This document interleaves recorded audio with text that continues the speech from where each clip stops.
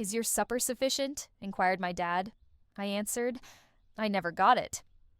Mum remained silent that evening. He did not know. Logan is my name.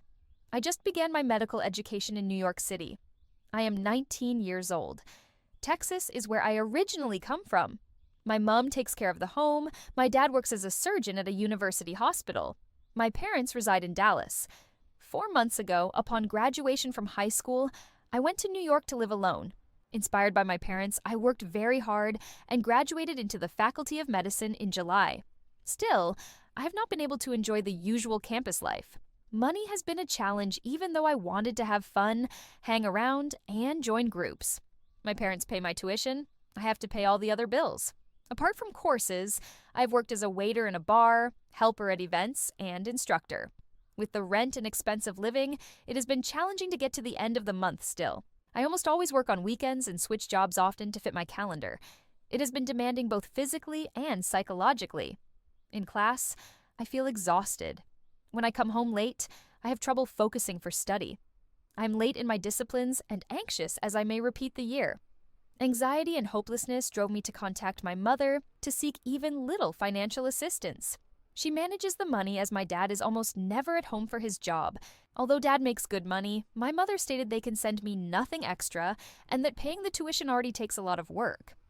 I felt imprisoned with that response. I am jealous because most of my friends who live alone have help from their parents. Still, I resolved to keep working at my projects. I had not studied enough before the midterms came, hence, as predicted, I had to do recovery tests.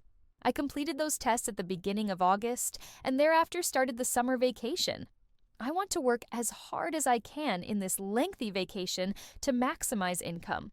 I will cut my job hours after the summer as I want to concentrate more on studying. I must so save more and as far as possible decrease my costs. I shall live on quick noodles, bread, pre-packed meals with discount, and I will ride my bike to save money on travel if I have to go anywhere. Being from a rich family, I never gave money any thought. I never dreamed about poverty. I was somewhat busy after relocating, but I stayed in touch via mails to a university acquaintance. Seeing his pictures enjoying fun depressed me. It got me thinking how varied life may be for students attending the same university. My buddies asked me out, but I constantly had to say no for lack of time or money. Once I managed after a colleague wrote to me, "Allow us to go free anywhere." I said, "I work daily. I will be absent as well as I will be home for the holidays." "How are you doing? You show constant tiredness in class. You are working overly, in my opinion." He wrote in concern for me. "I have to earn to survive. I have bodily resistance." I answered, then headed to the pub where I work. Still, something occurred not long after. During my shift, I passed out. Friday was rather busy with plenty of orders and patrons. I became lightheaded while holding several beverages. After that, I recall not much. I woke up still in the hospital. The doctor informed me I fell from hunger and tiredness. 4 bags of serum were sent to me, and that same day they made great difference. I phoned my employer right away to apologies. He phoned an ambulance as he attempted to speak to me after I passed out, but I did not answer. He called my parents as well. "I mostly relied on your having taken too many shifts. I'm embarrassed. I want you to relax for the remaining month," he mentioned to me. That implied a drop in revenue. As I traveled home on the tube, I considered if I should search more for tutor positions. I sensed lostness. Originally scheduled to work at the bar the next day, I suddenly got the day off. I resolved to relax in bed. When I checked my mobile phone, I discovered a message from my buddy that had gotten to me while unconscious state. I responded, outlining what had transpired. He came to visit me knowing my circumstances. He prepared me dinner and picked groceries. We discussed the expense of living alone, even as we ate what he created with such grace. He was shocked when I informed him my parents did not provide me financial support. "You thus put great effort because of this.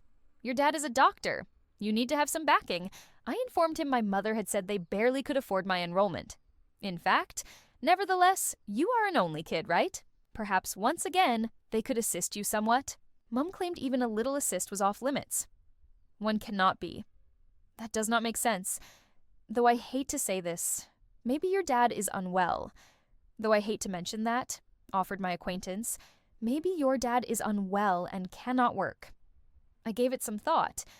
Originally a doctor, my dad used to drive a fancy automobile. Our residence is in a private location, hence I always attended private schools. Why then would Mother claim, out of the blue, they need money? I fretted. I wrote my mother right away. You two are fine, she said slowly after some time. We are well. Still, I struggled to remain cool. I reasoned maybe they were only trying to reassure me not to worry. I chose to personally see my folks as I had already scheduled a vacation trip home.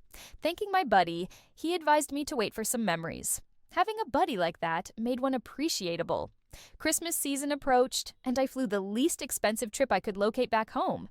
Though I was looking forward to, I could only spend one night and one day for business. My folks greeted me at the door when I arrived. To see me shocked my dad.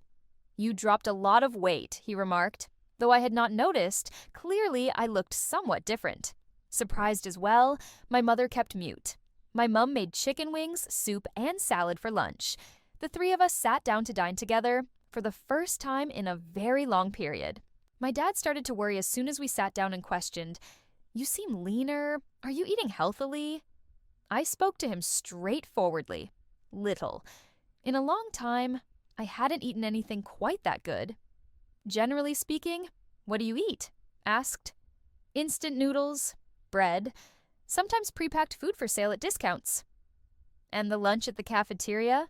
he inquired. "I find it to be very costly."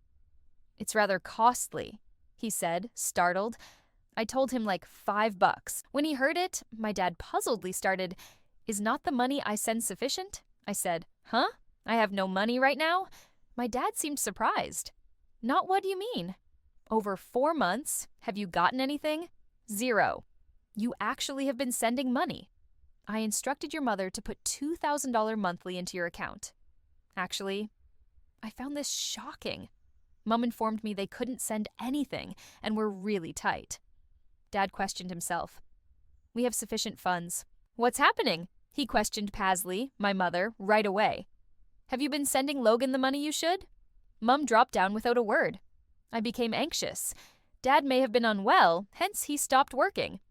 "No," Dad responded. "I have been working as usual." It released some of my tension. Then, however, why hadn't I been paid? Pasley inquired once again. "What's going on?" Mum avoided looking at us and remained mute. "Please, do not be silent." Dad persisted on explaining it. Mum spoke softly last as well. "I have not sent any money." "What exactly? You have nothing to send Logan?" She said it. I was in astonishment as Dad was too. "Why not?" Dad said, taken aback. Mum started to explain. "There are many things we owe. Not yet is the home loan over. Mum said she had been running out of money because I cannot conceal it any longer." I gasped. "I believed you could correct them because I heard on the internet that medical students may make more by providing individual courses. You were going through so much, not knowing about." "I'm sorry," she responded coolly. "Your employer called," Dad said, stating you passed out from overworking yourself. I saw today how much weight you had dropped." "Which?" "Logan dropped." "What happened?" Dad apparently knew nothing at all. I clarified this for him. "Indeed, but it wasn't severe." "Pasley," Dad said, "why not let me know?" Mum said, "I was scared you would find out I wasn't sending the money." Dad was angry. "This is very amazing. Logan had no money, hence he had to labor until he passed out." Mum responded without expressing remorse. "I didn't want to hurt."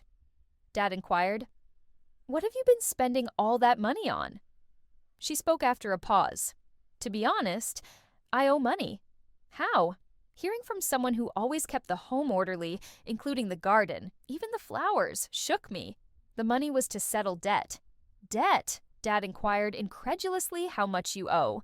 Mum said in a quiet voice around $100,000 without looking at us. 100,000. I found it hard to believe. Dad sighed powerfully. "How on earth could you have accumulated such debt?" "I started playing," he said. "I came out in debt from bets made without knowledge." Dad exclaimed, dissatisfied, bringing his hands to his head. "Why did you start with that?" "I began betting 2 years ago, just for entertainment value. I felt great and earned some money. I used little at initially, but coming to the casino became a habit. I began wagering ever-increasing amounts. I stopped as well. I began to gamble increasing numbers. I stopped not sure how to quit. And so the debt accumulated to that level. Having never bet before, I couldn't know why my mother couldn't stop. Indeed, I was attempting to get back what I had lost, but I came away having lost more than I had intended. I even drew on some of our savings. So you spent more than simply the loan, my dad said. Of our savings, how much did you use? Around $30,000, she stated to almost tears. Stopped taking more because she was worried you would find. Perhaps we would have handled the matter better if you had informed me previously. With that kind of money, your dad said, you could have worked part-time and paid little by little. She shrieked when he mentioned working part-time. I absolutely object. Come face reality, she responded, furious. You are the one who went into debt. I have spent a lot of time cleaning. Right now I cannot begin working. I so went to loan sharks. His egocentric thinking caught me off guard. The interest then started to mount and the debt rose yet further. I became entangled with multiple loan sharks and now I am unable to make any payments.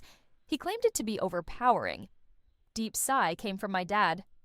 Still, are you betting in these circumstances? He questioned. True. I cannot see another way out. Desperate, he added, I was hoping you would pay the loan for me. Very seriously, rising with much optimism on her face. My mother, you would aid me, I knew.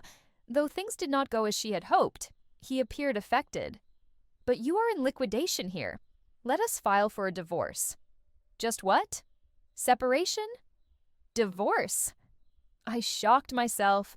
I never would approve of a divorce. As if he had dropped from heaven to hell, his look shifted from delight to terror in a moment. You continued to gamble although Logan was battling. Your constant requests for borrowing money placed the family in risk. Indeed, I cannot, however, remain in a home where my wife gambits on top of her own kid. Definitely not at all. At last, he started to shed tears. I swear I never gamble again. Please, kindly pardon me, he implored. Still, he persisted. Your addiction looks to be really significant. You must consult a doctor and have ongoing therapy. People often relapse right through the procedure. I lack addiction. I can drop it any time I'd choose. Not yet. Should this persist, we may find nothing. Not only for me, but also so as not to be dragging Logan. My dad advised me to separate. She said, not fully grasping the gravity of her predicament, I will leave it tomorrow. The degree of debt and its obsessive behavior really worried me. My dad advised that there won't be any asset partition in return for debt payment. Just what? He objected, unable to believe that. Should you ignore the debt, your account may be frozen. She said nothing at all. I never would have thought that returning home after so much would lead to this. The conversation of my parents made me rather uneasy. Dad, may we perhaps wait a bit before discussing divorce? Maybe cool out and consider things, I advised.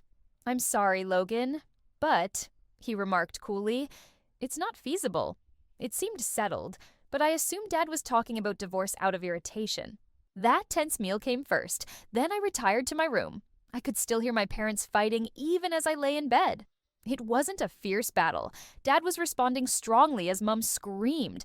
Frustrated and overwhelmed by the university and everything going on at home, I slept out. Mum seemed tired following morning, most likely from sobbing all night. Although I intended to remain a little bit more, I chose to go early as the mood was so intense. Dad driven me to the airport. As it happened, Mum rejected the divorce during our conversation yesterday. Logan, he said, he's sorry. I caused you a lot of trouble. Mum, it's not your fault. Dad, I appreciate your helping me through the medical school. Don't worry. From now on, I shall start straightforwarding you to my table. I appreciate it, Dad. Quite really? It means a lot. Though I understand things are tough, take care. I came back to New York. Work kept the remainder of the summer vacations fast passing, but I couldn't stop thinking about my parents. Months later, I found out Mum at last approved of the divorce. Dad's determination overcame his reluctance. Dad paid his obligations as arranged and divided the items not as decided. About his distance, I have conflicting emotions. Not everything is terrible. Thanks to the dinner Dad brings me, I have been able to cut my working hours and concentrate more on my academics. I even had time to accompany pals. According to my mother's relatives, she returned daily to the swallowing machines despite her addiction causing the divorce and developed more debt. She began working part-time as her family cannot aid her. She is in treatment to kick her gambling addiction. This marks the conclusion of our tale. To viewers, leave comments with your ideas. Remember, like, share, and follow. I appreciate your help everywhere. Some dinners aren't just missing food. They're missing truth, love, and transparency. Logan's story isn't just about a medical student worn down by financial burdens. It's a reminder that sometimes the people we trust the most are the ones who force us to learn how to survive the earliest. Logan isn't asking for pity. He's asking for clarity between promises and actions, between obligation and love, between the money his father earns and the silence his mother maintains. The heaviest burden isn't money. It's carrying the weight of secrets that aren't even yours. It's the hunger that doesn't come from an empty stomach, but from a lack of care, deception, and the misguided decisions of family. And yet, even from that collapse, something beautiful can begin. A father awakened, a son who learned to set boundaries, and a classmate, through one act of kindness and a warm meal, who reminded Logan that he's not alone. If you're living on instant noodles and tears these days, remember this. You deserve to live, not just survive, but to be genuinely loved and respected. And if you're a parent, ask yourself, is your child eating well, or just skipping meals to keep you from feeling bad? Thank you for listening to this story. Leave a comment below if you've ever had to fight your battles alone like Logan. And if this video touched you, please like, share, and follow Voices from Reddit to help us continue sharing real, powerful, emotional stories just like this one. That's the end of today's story. If you found it meaningful, drop us a comment, like, share, and subscribe. It gives us the motivation to keep creating more heartfelt videos. Thank you so much for listening, and we'll see you in the next one.